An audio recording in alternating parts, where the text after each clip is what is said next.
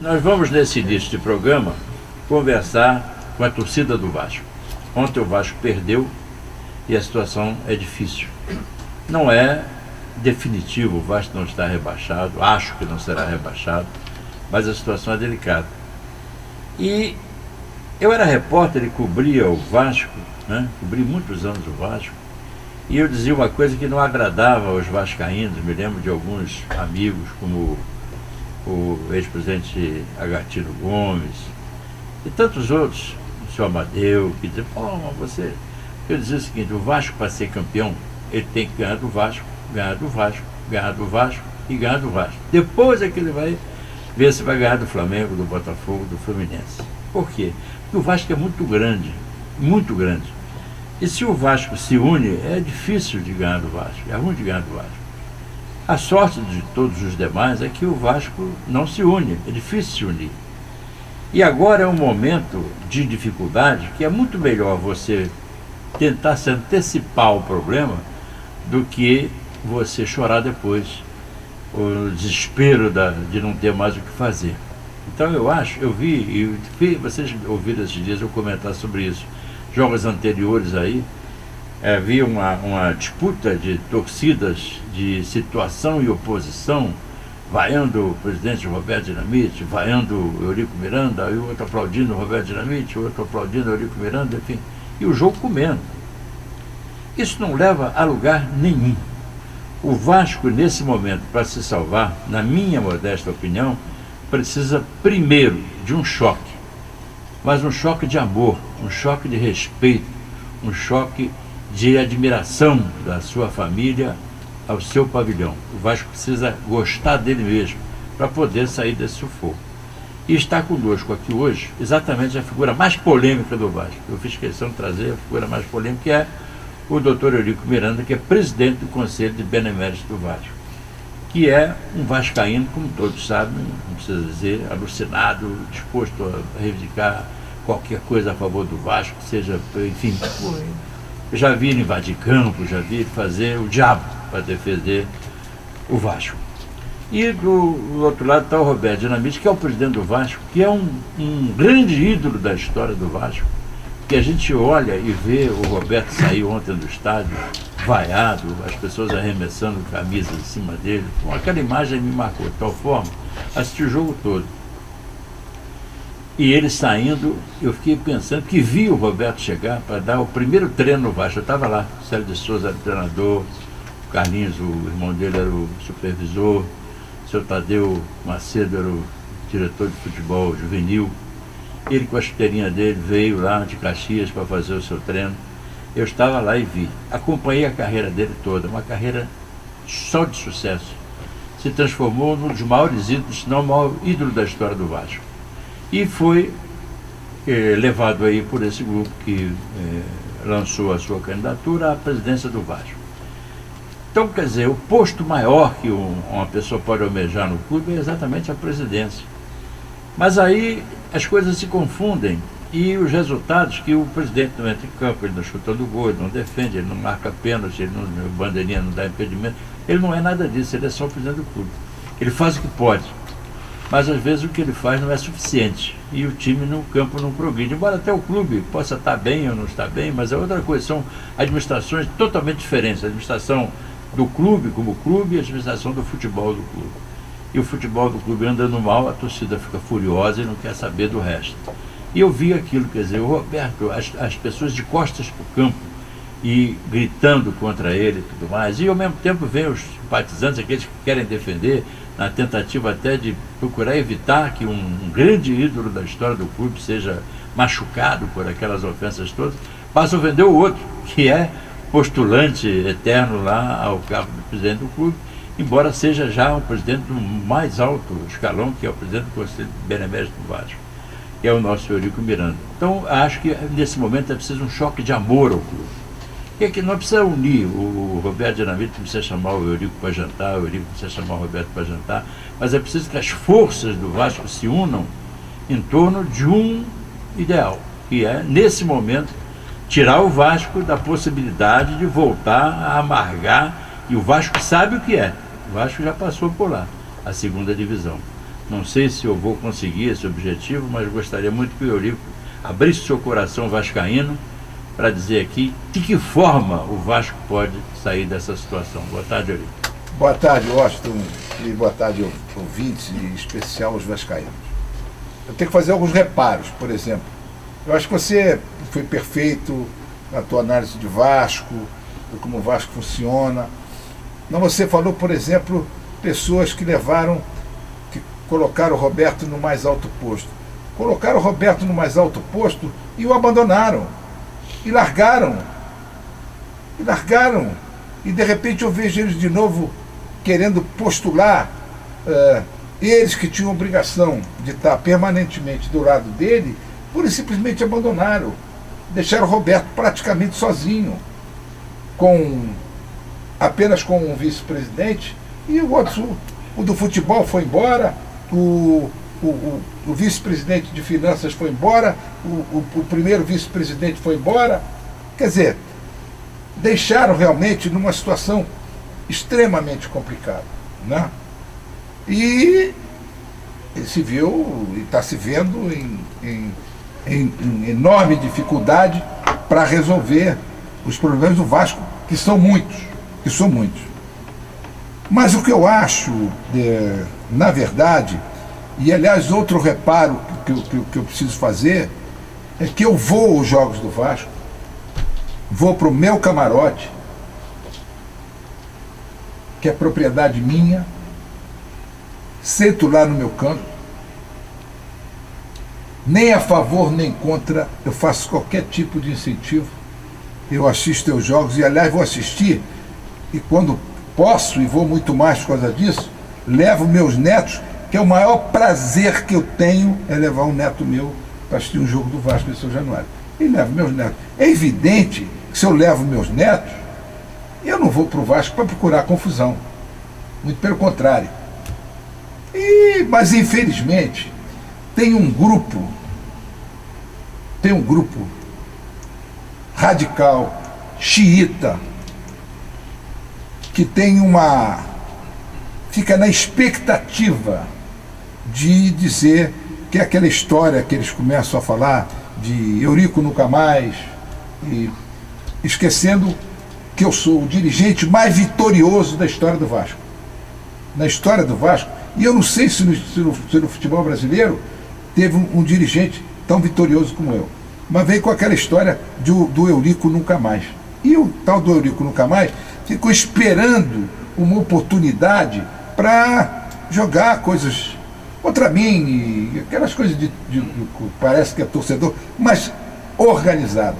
No último caso, eu não tive nenhuma hostilização em São Januário, nunca provoquei nenhuma hostilização também, muito pelo contrário, mas no último jogo, penúltimo, melhor dizendo, que eu estava com meus netos, umas pessoas começaram, quando eu saía e eu não retribuí nada, começaram a puxar o meu nome, outras pessoas que uns estavam xingando o Roberto, outros começaram a puxar o meu nome, e aí em contrapartida esse pessoal já preparado, que eu efetivamente identifiquei, etc., que não compareceram mais, ex-integrantes dessa força jovem radical,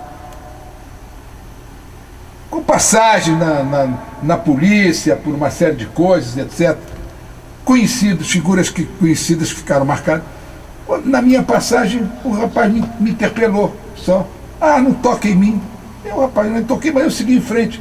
É evidente que outras pessoas que estavam próximas, aí é que fizeram um negócio com ele. Bom, mas isso para mim é assunto superado. Eu só quero dizer, em relação ao meu posicionamento do Vasco, eu até, não é só pelo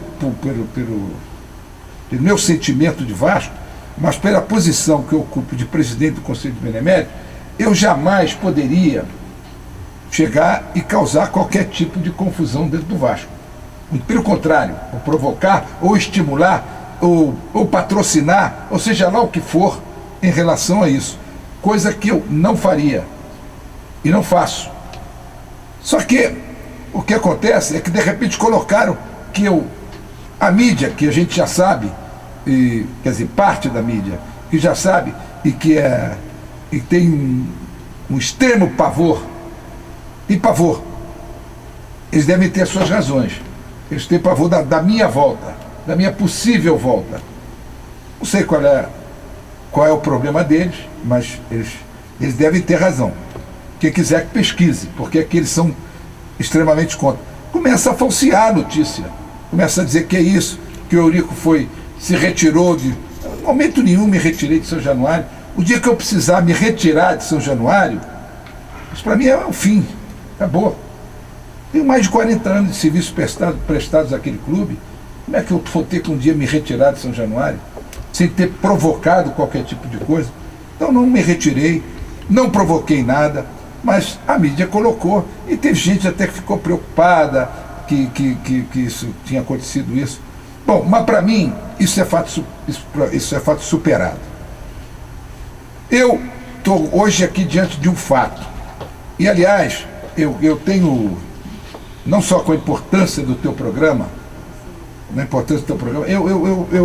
eu aqui num dos arrobos meus aqui, num programa passado, eu tinha dito a você que eu disse aqui nesse programa que se o Vasco tivesse para cair, que eu ia intervir no Vasco e etc, ia fazer tudo o que fosse necessário para que isso não acontecesse. Bom, hoje eu me sinto, primeiro, colocando e concordando integralmente com aquilo que você falou, que acho que é você se agregar. Acima de tudo, agregar o Roberto, que está no poder, com alguém que possa ajudá-lo. E ele querer ajuda. Isso aqui é fundamental. Dificilmente você vai conseguir agregar todas as correntes dentro do Vasco, mas agregar quem quer ajudar com quem está no poder. Então isso eu acho que é o caminho. E eu me sinto na obrigação de vir oferecer ajuda. Eu estou oferecendo ajuda para que aquilo que eu estou vendo, que com o tempo todo que eu tenho de futebol, com os anos que eu tenho de futebol, que eu estou vendo que está acontecendo. E especificamente qual é o problema? O problema é o seguinte: eu acabei de ouvir aí, e eu sei que isso não vai ser muito fácil de vir ocorrer, mas eu ouvi aí que a diretoria resolveu manter o treinador e etc. Primeiro eu quero saber quem é a diretoria. A diretoria você tem hoje no Vasco, você tem o Roberto, presidente, o Peralta, que é o primeiro vice-presidente, e no futebol tem o Roberto, que diz que assumiu o vice de futebol, tem o Ricardo Gomes como diretor do futebol, e tem o Cristiano, um CEO chamado Cristiano, que faz às vezes de presidente do clube, que nesse momento não tem nada a ver com o futebol, muito pelo contrário.